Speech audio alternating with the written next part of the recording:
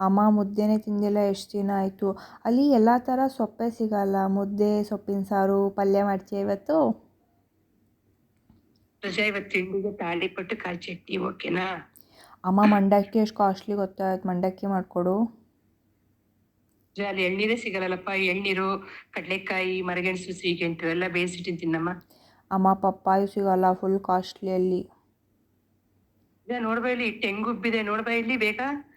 ತಟ್ಟೆ ಇಡ್ಲಿ, ಚಿಕನ್ ಸಾರು, ಕಪ್ ಇಡ್ಲಿ ಓಕೆನಾ? ಅಮ್ಮ ಬೆಂಡೆಕಾಯಿನೂ ಫುಲ್ ಕಾಸ್ಟ್ಲಿ ಅಲ್ಲಿ. ನಾನು ಇರೋಷ್ಟು ದಿನ ಬೆಂಡೆಕಾಯಿ ಪಲ್ಯ ಮಾಡಿಕೊಡು. ಇವತ್ತು ರಜಾ ನೋಡು, ಕರ್ಗಡಬು, ಮಾವಿನಕಾಯಿ ಚಿತ್ರಾನ್ನ, ತಟ್ಟು ಹೋಳಿಗೆ, ಕೋಸಂಬರಿ, ಹೀರೆಕಾಯಿ ಪಲ್ಯ, ಬೆಂಡೆಕಾಯಿ ಪಲ್ಯ ಓಕೆನಾ? ಅಮ್ಮ ಕರ್ಜಿಕಾಯಿನೇ ತಿಂದಿಲ್ಲ, ಆಲ್ಮೋಸ್ಟ್ 2 ಇಯರ್ಸ್ ಆಯಿತು.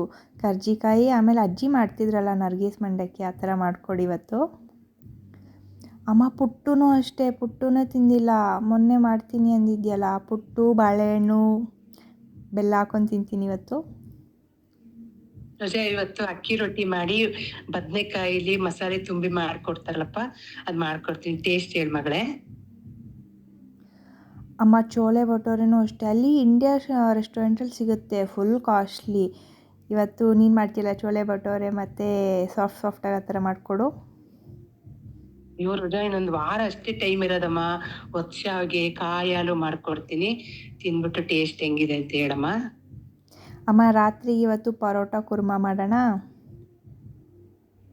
ಇವ್ರ ಗಣಪತಿ ಹಬ್ಬದ ಕರ್ಗಡ್ಬು 1 ವರ್ಷ ಮೇಲಾಯ್ತಪ್ಪ ನೀ ತಿಂದೆ, ಮಾಡಿದೀನಿ ಟೇಸ್ಟ್ ನೋಡಿ ಹೇಳಮ್ಮ.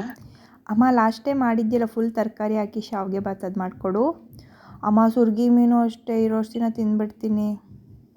ಅಯ್ಯೋ ಮಟನ್ ದೊನ್ನೆ ಬಿರಿಯಾನಿ ಮಾಡ್ಕೊಡ್ತೀನಿ ರಜಾ. ನೋಡು, ನಾನು ಮಾಮೂಲಿ ಮಾಡ್ತೀನಲ್ಲ ಆ ಥರ ಮಾಡಲ್ಲ, ಸ್ಪೆಷಲ್ ಮಟನ್ ದೊನ್ನೆ ಬಿರಿಯಾನಿ ಮಾಡ್ಕೊಡ್ತೀನಿ.